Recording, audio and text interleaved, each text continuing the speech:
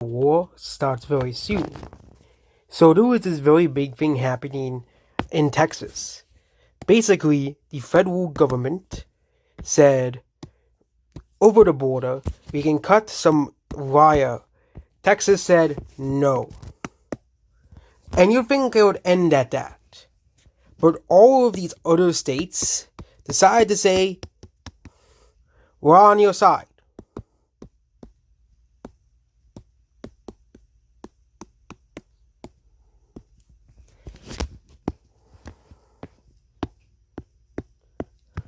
But what if this escalates into something far worse?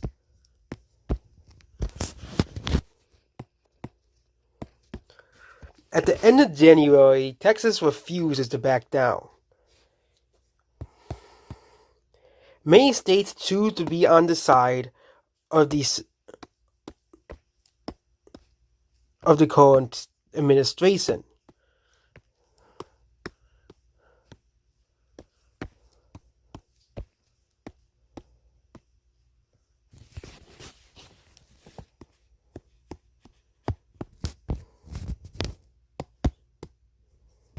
Vermont eventually will actually join simply because they have a Republican governor. But let's put on the other side.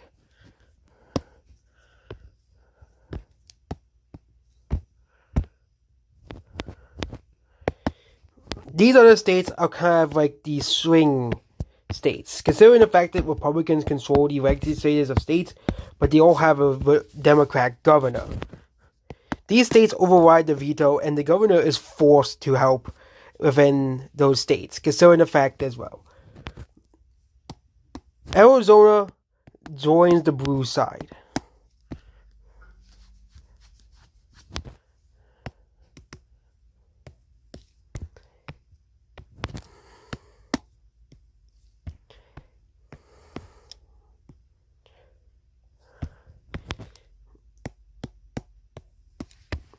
West Virginia and allies start to invade this part of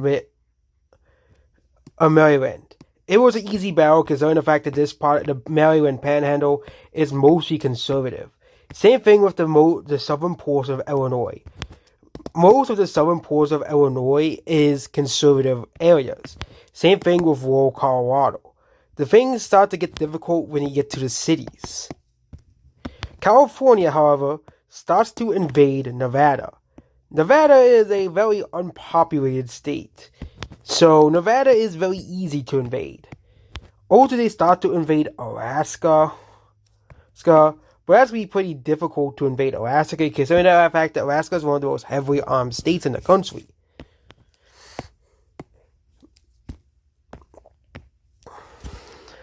Virginia starts to invade portions of the southern Maryland. The Battle of D.C. begins. Most of the federal government that is remaining to the lower side moves to New York as a safe area. Yeah, considering the fact that DC is likely to be captured, the new capital of the other side of the U.S. is moved to like New York or somewhere like Boston. New Hampshire is gonna struggle. New Hampshire is completely sorted on all sides. However, this battle is very, very deadly and is very, very costly. Michigan starts to invade the Toledo area in Ohio, as well.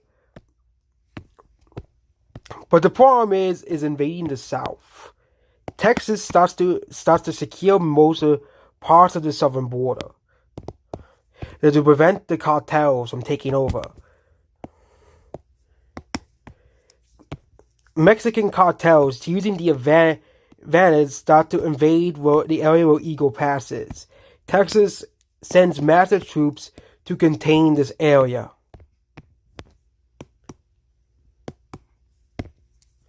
The invasion of this part of Minnesota begins, as it's mostly just rural farmland. It's very easy to take over. The invasion of Colorado is pushed back after the Battle of Denver is ended.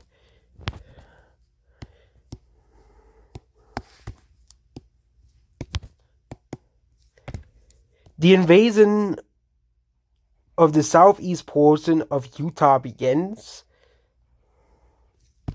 as Utah gets pushed back.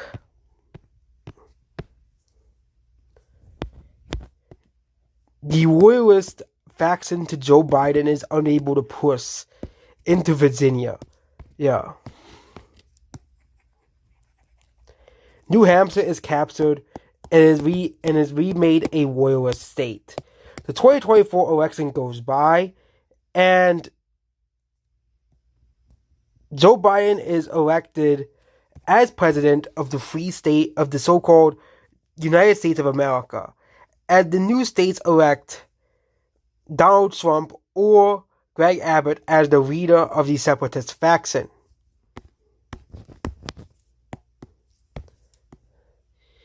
The invasion of Toledo the Toledo area continues as well.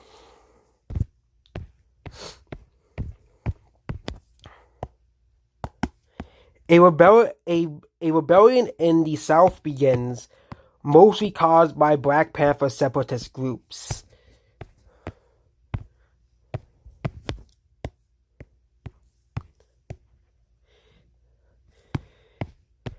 Oklahoma and Texas start to invade New Mexico. New Mexico is one of the few lightly populated states on the side of the blue team. And this is the more oil-rich area, which is a devastating blow for the blue team, as now they're going to have to be relying on oil imports from Canada. Foreign countries start to take sides. Canada in the US and of course the US. Canada and the EU, and of course some other countries start to side with the blue team, and there was a blockade around here. However, unlike with the Confederate States of America, the red team does have some allies like Russia, India, and China. All three countries as well. Also, this opportunity is seen by China to invade Taiwan, and more geopolitical crises happen overseas. The invasion of this portion of Michigan begins as Ohio is still the invasion of Ohio continues, but is stopped. The invasion of Illinois continues, and they get up to the Chicagoland area. This is going to be one of the deadliest conflicts as well as northern part, as they also start to take out a lot of southern Wisconsin as well.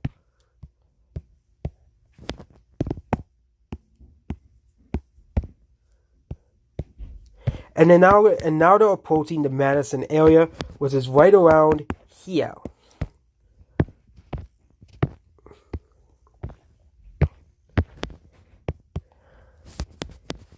California invades Las Vegas, which leaves this area with mostly desert.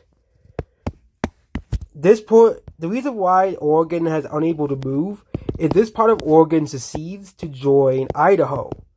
This is a major blow to Oregon as they lose a lot of land, but most people don't live here.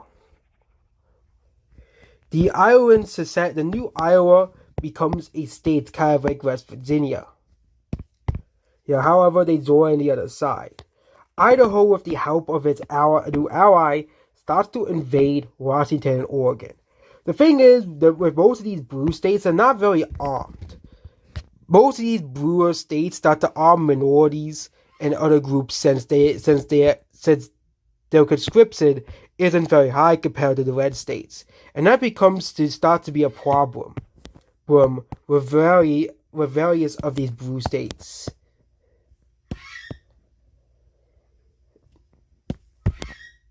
The Chicago area is able to push back the people here. Meanwhile, blue states started to put a massive conscription campaign as they start to try to surround Baltimore and Washington, D.C. Most of eastern Pennsylvania, Brad Rebel also is captured alongside parts of upstate New York. This causes another country to intervene in the war, Canada. Canada becomes the first nation to intervene roughly in the war. But Canada isn't a very populated country. The spillover begins in Canada. Most of Canada's population is over here, so they start to take over parts of where Alberta is and stuff as well. Meanwhile, Canada's government, without U.S. support, kind of starts to collapse, as well as most people in Canada are not in favor of the Canadian government declaring war on the quote-unquote American resistance.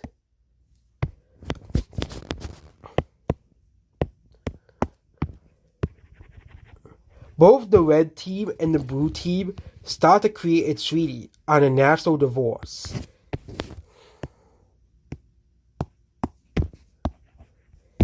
They said it's a very easy. They said is an easy way out of having a national divorce as well. Well, meanwhile, the Black Panther separatists are defeated and taken down by most of the new state militias, which used to be the state national guards.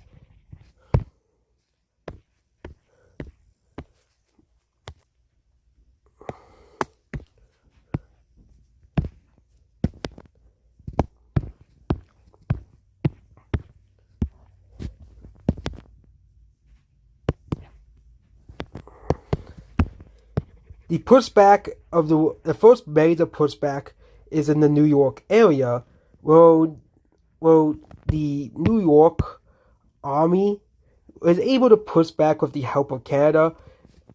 And able to push back into Pennsylvania. The war basically effectively becomes a stalemate. As California has struggles to invade through the Rocky Mountain terrain,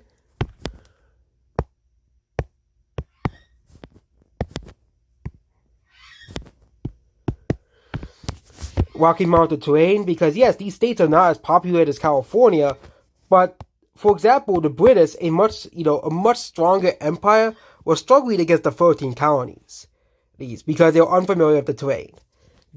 Most of this area is rocky, mountainous, and very hard to traverse. So this area becomes very difficult to traverse. Same thing, the reason why the war in Colorado is going so slowly. They're attacking the more populated areas, but also the more mountainous areas are taken because most of them are more conservative anyways. The invasion of Wisconsin continues into the central portion of the state. Millions of American refugees move south to Mexico and Central America and Canada. Some even make the long-way trip to Europe. Overall, millions of Americans have been displaced due to this conflict as well.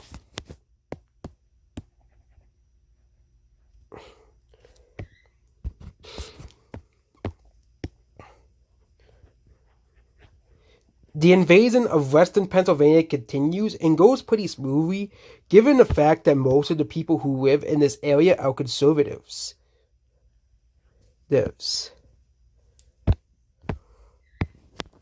Pennsylvania is a strange state. Most of the state, however, is very conservative, alongside with some of upstate New York as well.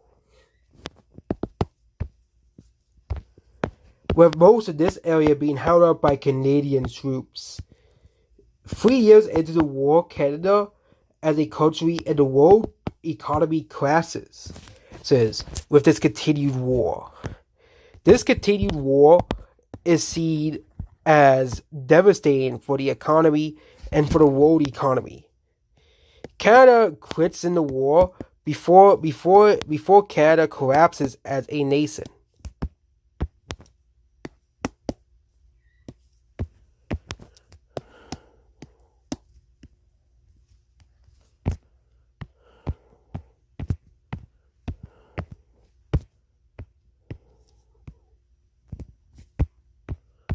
as Canada is dealing with its old problems there at home.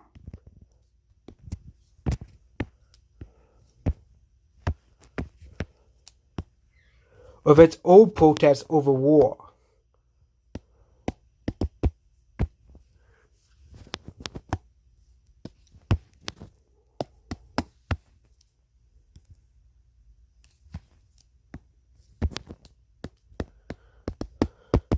And also over housing costs in the country.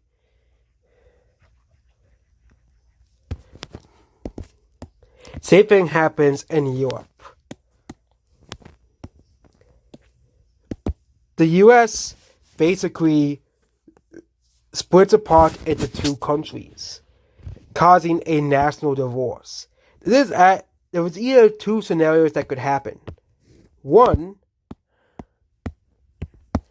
the U.S. could fall, or one side takes absolute power, or two, a national divorce happens. The more conservative parts of the country form to be their own states.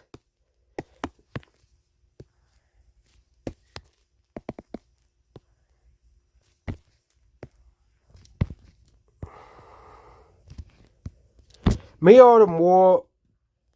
more liberal areas become their own countries.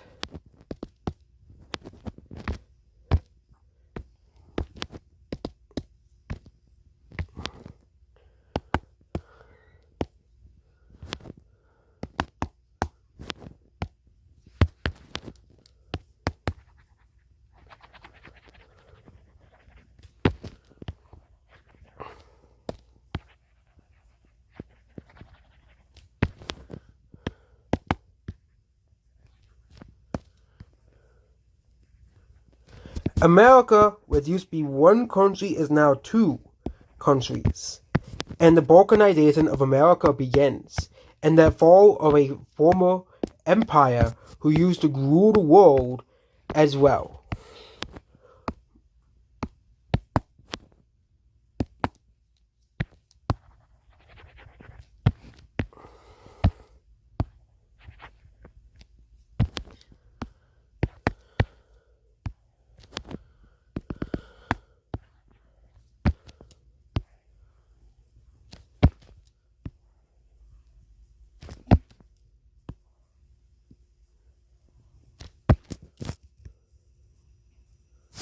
State borders are redrawn.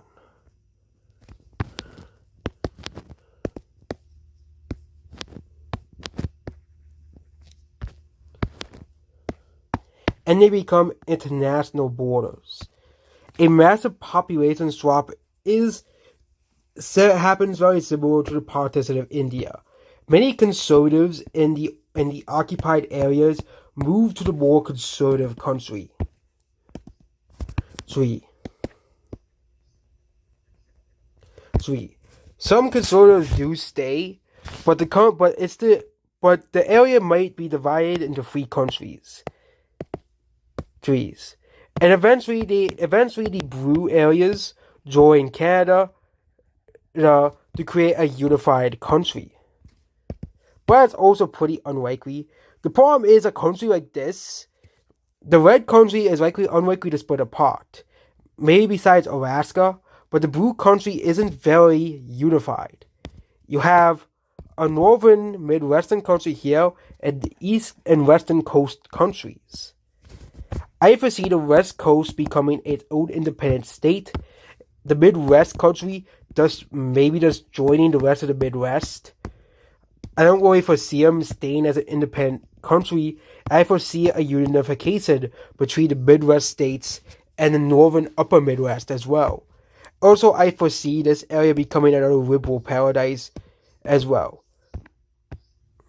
The demographics of the redder country will be more like America of old before the 2000s, and the left-wing country will be more demographically similar to Brazil or Colombia in this California Cascadia region, And this region of the Midwest will either unite with Canada or with this country, and this area will still be like a New England culture with a black and Hispanic minority, and the Asian minority still be heavily prevalent.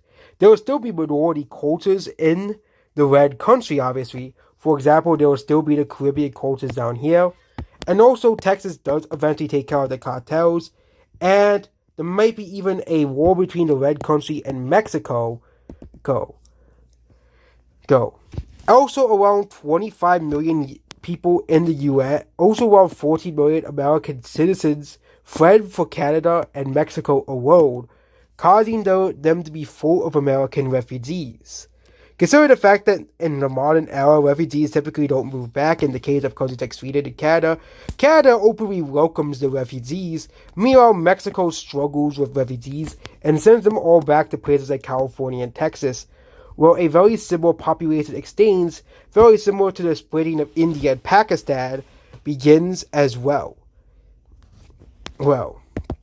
So I predict the America map of 2100 looks something like this.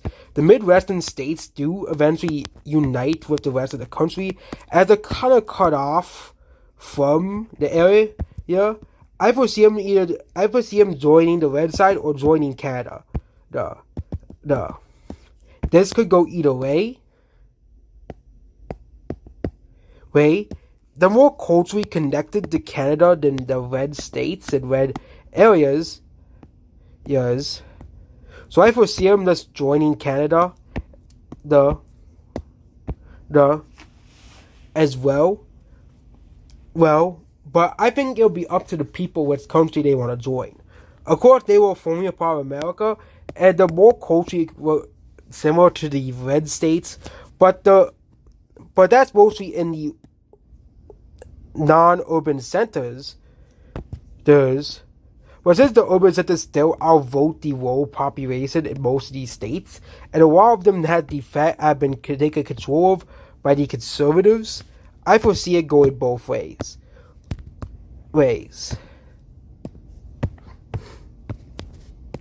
I foresee also the Panhandle that was captured by Maryland simply just becoming a part of West Virginia. Yeah. As well. Yeah, so this will probably be the political map of 2100 if a civil war does break out and ends up in a national divorce. I foresee these areas seceding and becoming part of the more conservative country. Consider the fact that these areas overwhelmingly voted for conservative candidates. That's as well. Same thing with these portions of Washington and Oregon as well.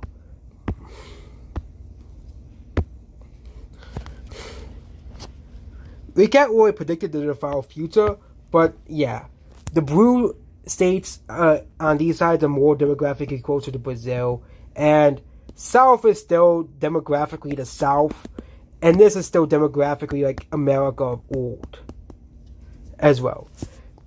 Expect this area to retain a lower population density than the more population dense northern areas as well. And the South will continue its economic rise as well. And Texas will be the sole superpower state of the red team. Goodbye.